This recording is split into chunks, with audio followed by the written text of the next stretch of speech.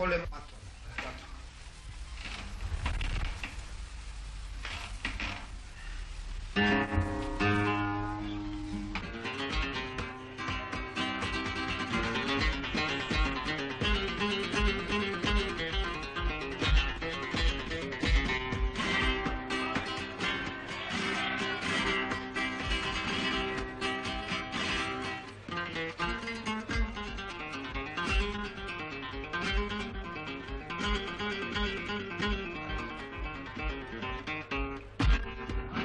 El tema yo lo titulo Concierto de Campanas. Es el concierto, ese imaginario concierto que se escucha en Granada a través del toque de oración de sus distintas campanas. Sobre este tema de media granadina y evocando este concierto de sus campanas es el desarrollo flamenco de Concierto de Campanas a la guitarra.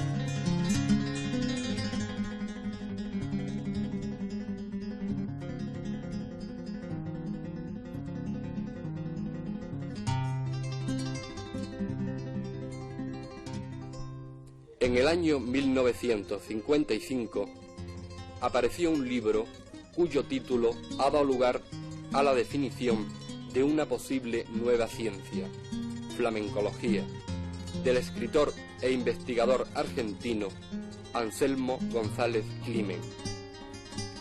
A partir de ese momento, el término flamencología se divulgó y extendió y fue asumido por toda aquella persona que se ocupa del tema del cante. Este hecho ha dado paso a una permanente polémica y el término flamencólogo ha caído en el desprestigio.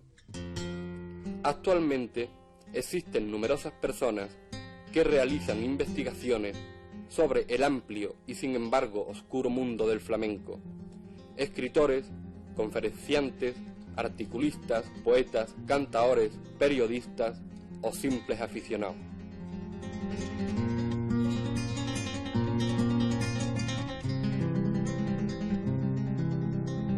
Bueno, yo no he sido un técnico ni he sido un investigador. Hay muchos amigos míos que, en fin, que han hecho esta labor. Yo lo único que he sido ha sido un amante y un divulgador, por lo tanto, de mi afición por el cante. A mí siempre me ha extrañado en el cante popular y en el cante hondo, sobre todo, la fundamentalidad de los temas.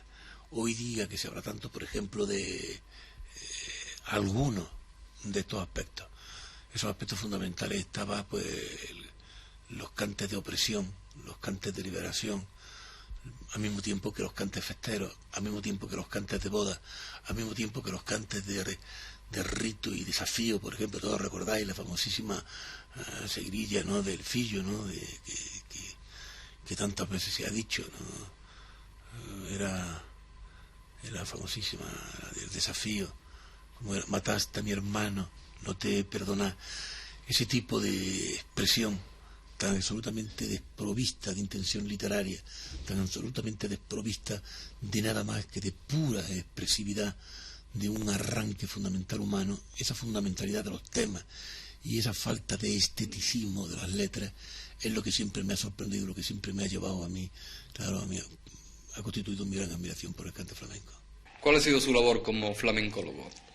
Mi labor como flamencólogo ha consistido en estudiar a fondo los orígenes del cante hondo, para lo cual me sirvieron de mucho los estudios de Manuel de Falla, aunque breves, y de don Felipe Pedrell, que ha sido primer folclorista español. Después, aprovechando mis conocimientos musicales, a un arte que le conocía desde niño, me ha permitido entonces, estudiando la estructura del cante hondo, publicar este libro del que he hecho mención y dar una serie de conferencias por ahí, y creo que es esto.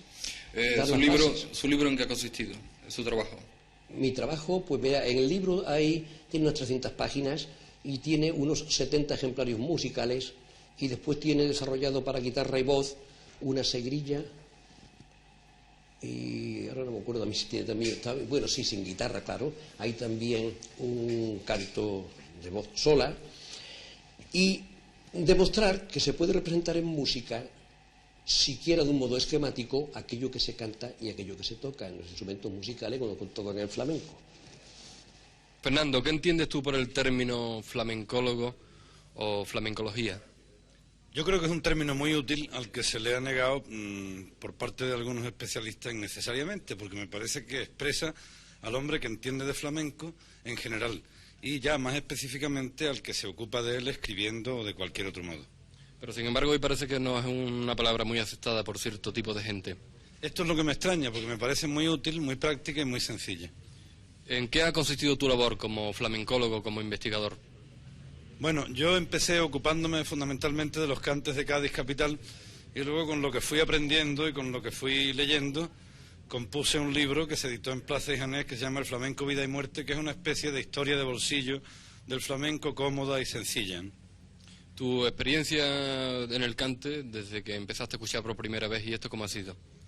Pues esto desde muy chico en Cádiz, desde los 9, los 10 años.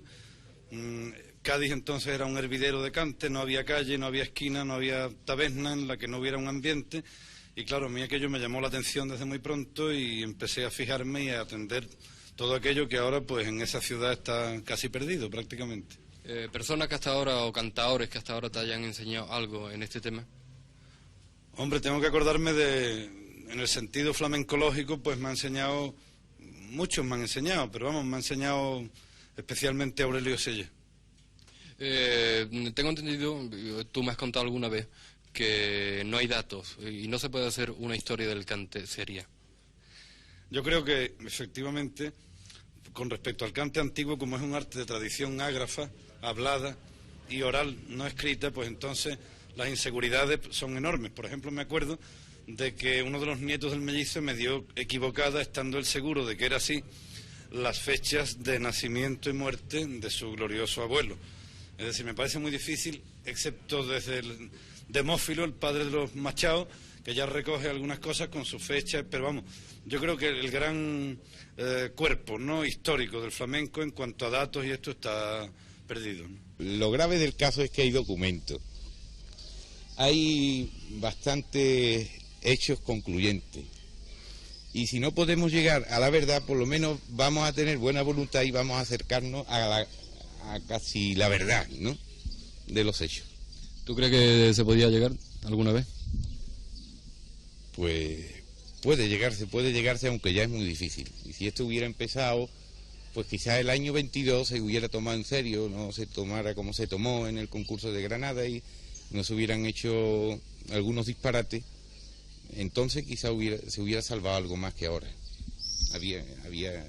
Vi muchas personas, el mismo Tenaza, que se le grabaron algunos discos, La Casa Odeón, y algunos más que hubieran dado de sí bastante. ¿Qué piensas tú de la labor llevada hoy a cabo por los flamencólogos o llamados flamencólogos? Bueno, esto es como en todo. Hay flamencólogos buenos y malos y hay cantadores buenos y malos. El flamencólogo, al fin y al cabo, no es más que un adjetivo. Entonces, no se puede hablar de flamencólogo, se puede hablar de fulano o del otro o del otro. Entonces, yo en general no te puedo hablar del flamencólogo, porque entonces sería injusto. Unas veces porque hablaría mal y otras veces porque hablaría bien. Entonces, habría que hablar de nombres, no de flamencólogo. Tú creo que estás haciendo un libro. Sí. ¿De qué se trata esto? Pues yo intento situar el cante desde un punto de vista ontológico, o sea, el ser del cante. ¿A qué obedece el cante? ¿Por qué se canta? ¿Cuáles son las motivaciones del cante? El cante como expresión, el cante como forma, los orígenes del cante, el cante como alienación y después, como último capítulo, la superestructura del cante, la juerga. ¿Se había tocado alguna vez estos temas? Yo creo que no. ¿Qué entiendes tú por la palabra flamencólogo? Bueno, yo por la palabra flamencólogo entiendo un hombre que investiga, o como decía hace un poco Fernando Quiñones, un hombre que trata del flamenco. Creo que el problema sobre la palabra flamencólogo, que muchísima gente le tenemos como un poco de desagrado, ha sido más que nada por la mala aplicación de la palabra. Creo que hay mucha gente que han sido muy importantes para el flamenco que no son flamencólogos, aunque hablen de flamenco. El problema de la palabra flamencólogo es que los flamencólogos son los que deben investigar o tratar el flamenco, mientras que hay algo muy importante que es lo que decíamos que ha surgido en los últimos años, que es la difusión del flamenco. Entonces los hombres que difundimos simplemente el flamenco, que no lo investigamos, sino que procuramos simplemente conocerlo, no descubrir algo nuevo, sino descubrir lo que hay en él de más directo para poder enseñar a millones de personas en el mundo que debían de conocerlo también, ahí está la diferencia. Pepe, tú como investigador, ¿qué crees lo más importante que has hecho? Yo creo que lo único importante que he hecho, lo más positivo, es el archivo del cante flamenco. ¿Qué significa para ti el término flamencología? Es un término muy vago, muy incierto. En realidad, si de lo que se trata es de flamencólogo, es un estudioso de las fuentes del flamenco, yo creo que esa especialidad no existe, puesto que nadie todavía ha aclarado con suficiente exactitud en qué consisten esas fuentes. Ahora, si de lo que se trata es de estudiar un poco las diversificaciones estilísticas del cante, sus esquemas musicales, sí creo que se han aportado algunas conquistas interesantes en estos últimos años. De todas formas, a mí, yo no entiendo ni me gusta usar ese término, porque no me creo nada flamencólogo, pero me interesa sobre todo el ahondamiento en la problemática humana y artística del flamenco a través de su marco sociocultural. Esto es lo que intento ahora interpretar, que tampoco se ha hecho nada. El flamenco realmente está muy en pañales, todos los estudios en torno a él. Creo que a través de este estudio puede llegarse un poco a sacar en conclusión que el flamenco realmente no es más que la forma que tenían los gitanos de interpretar una serie de canciones muy en boga en la Baja Andalucía durante los años finales del 18 y principios del 19, a través de este sedimento musical del orientalismo andaluz, como todos sabemos, que estaba latente en Andalucía desde siglos. ¿Cuál ha sido el resultado del trabajo que usted hizo con Ricardo Molina en el libro Mundo y Forma del Cante Flamenco? Lo más importante creo que fue hacer la discriminación, que era muy precisa, de separar el cante gitano andaluz del cante flamenco andaluz, porque este era el motivo del confusionismo que reinaba y que ha reinado durante muchos años. El que te hacían un paquete y te decían cante flamenco, y el cante hay que tratarlo por separado. El cante flamenco hay que tratarlo de una forma, el cante flamenco andaluz, y el cante gitano andaluz necesita otro tratamiento. Esta labor la pensamos Ricardo Molina y yo, y la logramos. Pero el sentido que llevaba este objetivo era hacer que cada cantador fuera flamenco, del género flamenco andaluz, fuera del gitano, hiciera sus cantes, se viera su razón incorpórea de su cante. Todavía esa intención que tuvimos no se ha logrado. Llegará a lograrse. Yo pretendo que esto se logre. Sería un paso importantísimo para el futuro. Es una cosa todavía quizá un poco desconocida. El saber la razón corpórea de todo aquel que canta, sea flamenco andaluz, sea gitano andaluz, porque naturalmente cuando se canta se tiene o se lleva una razón incorpórea. ¿Qué entiendes tú por flamencología? Bueno, ya la palabra lo dice, ¿no? Yo no la inventé, la inventó Anselmo González Climent, que es para mí el primer erudito que tiene el flamenco, y es la ciencia que estudia el arte flamenco. En cuanto a esto de flamencología, ¿qué piensas tú de la labor que se ha hecho hasta ahora, de toda la gente que han investigado y ha escrito sobre el flamenco? Pues se ha hecho mucho y además muy importante, porque lo que importa no es lo que ha hecho la cátedra de flamencología en sí, que realmente ha hecho mucho, esa es la verdad, pero es que también hemos estado trabajando por una cobertura de intelectuales en toda Andalucía y en el resto de España, que son los que han hecho posible este milagro de que el flamenco haya resurgido, y yo creo que estamos ahora mismo en un segundo siglo de oro de este arte. ¿Tú crees que con los datos que se han aportado hasta ahora sirven para tener un conocimiento concreto de lo que es el cante? Pues sí, por lo menos aproximado sí.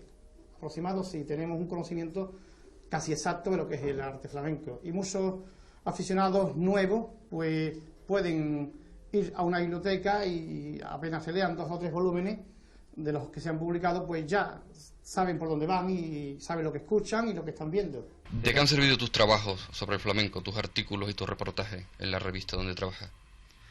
Pues pienso que han ayudado a ligar un poco 2 mundos. El mundo popular tradicional, que pertenece por un lado a una clase social, ¿verdad?, con otro, que es en general el mundo de los intelectuales, de los universitarios, de los obreros progresistas, ¿verdad?, de gente que más o menos lee nuestros artículos y a través de ello creo que hemos hecho posible una cierta actitud de revisión crítica de la historia del flamenco, aunque esto sea un trabajo que haya que ir desarrollando ahora, porque realmente es complejo y exija estudio de aspectos parciales del flamenco. Creo que tiene que entrar el antropólogo, creo que tiene que entrar el historiador, sobre todo en cuanto a la parte del siglo XVIII, vamos, ahora se está haciendo la historia del siglo XIX, la del XVIII apenas se está sin hacer, ¿no? Y entonces el estudio concreto de la realidad empírica y de la realidad histórica, ya desde una visión teórica, que tampoco se ha hecho demasiado en el flamenco, hasta ahora pues se han recogido cosas, ¿no?, pero todo esto hay que hacerlo ahora, más detalladamente. Entonces creo que hemos ayudado un poco a que esto se vaya haciendo, a estimular. Hay una cuestión que es el aficionado y el flamencólogo.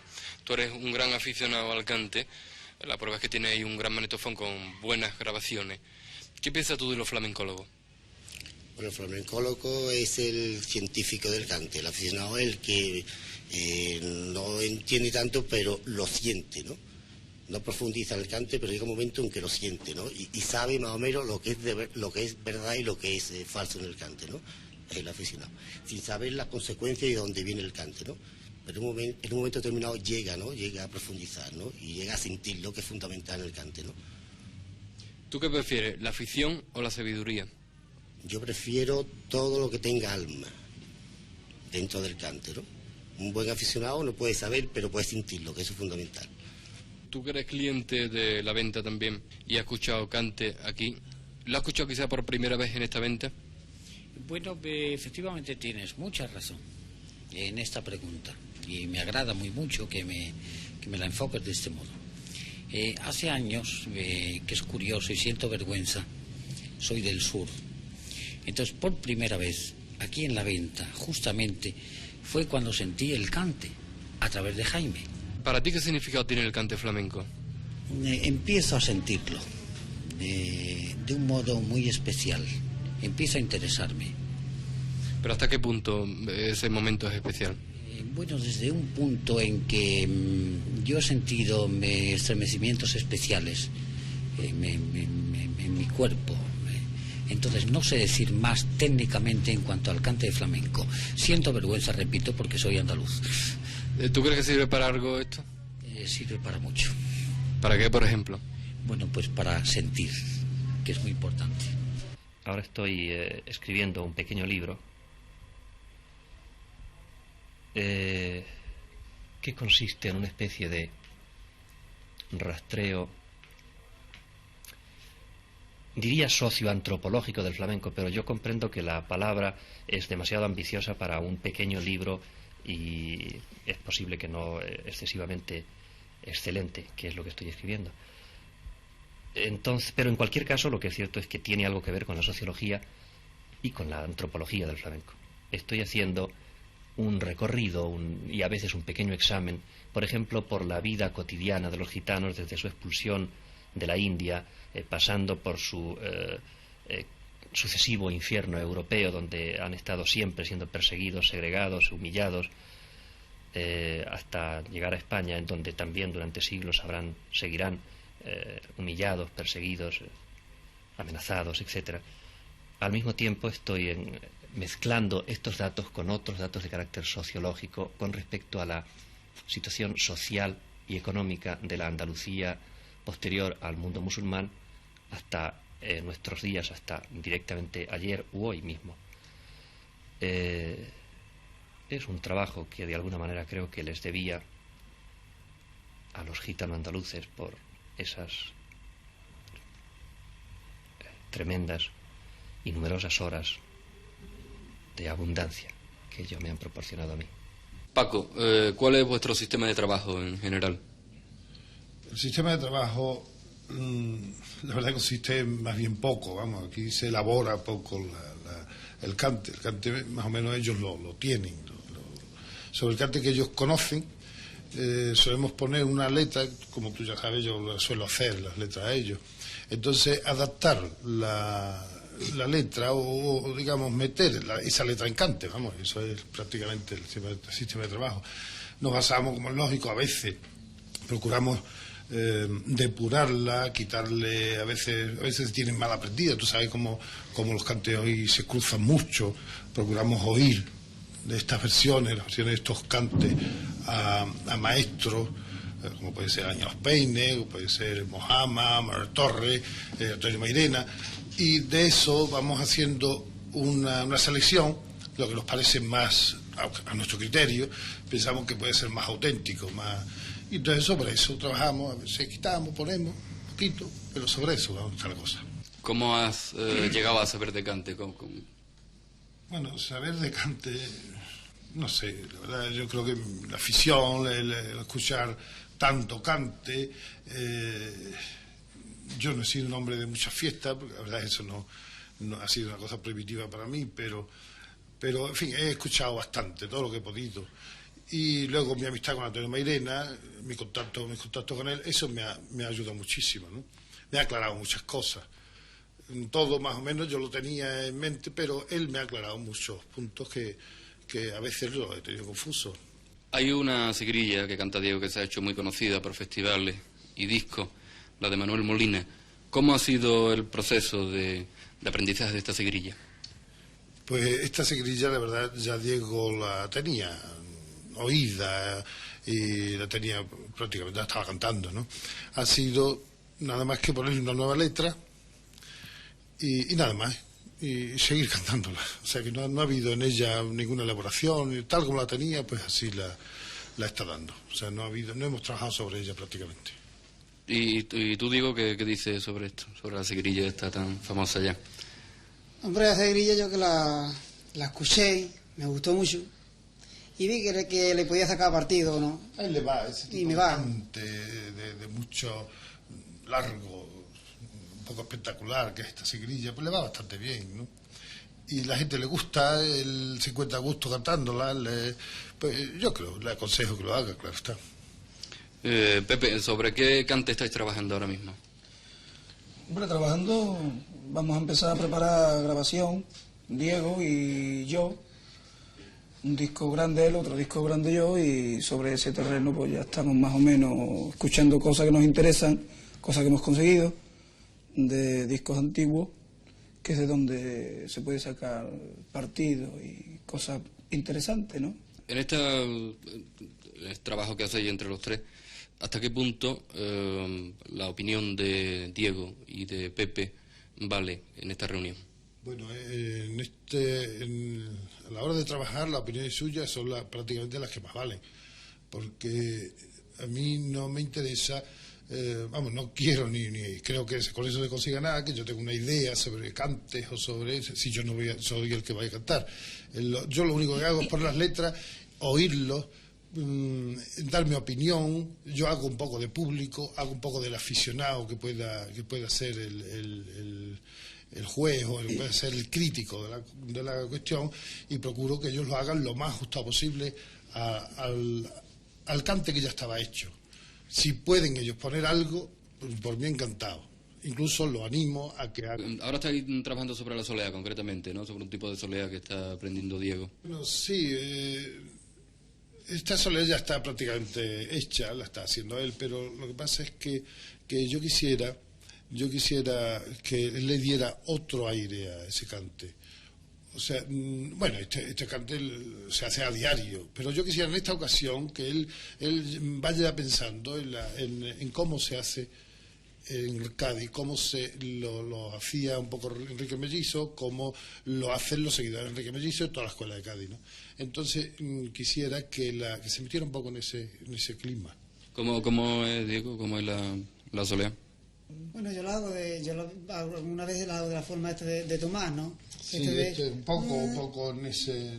A grito yo llamaba Citra, pone todavía.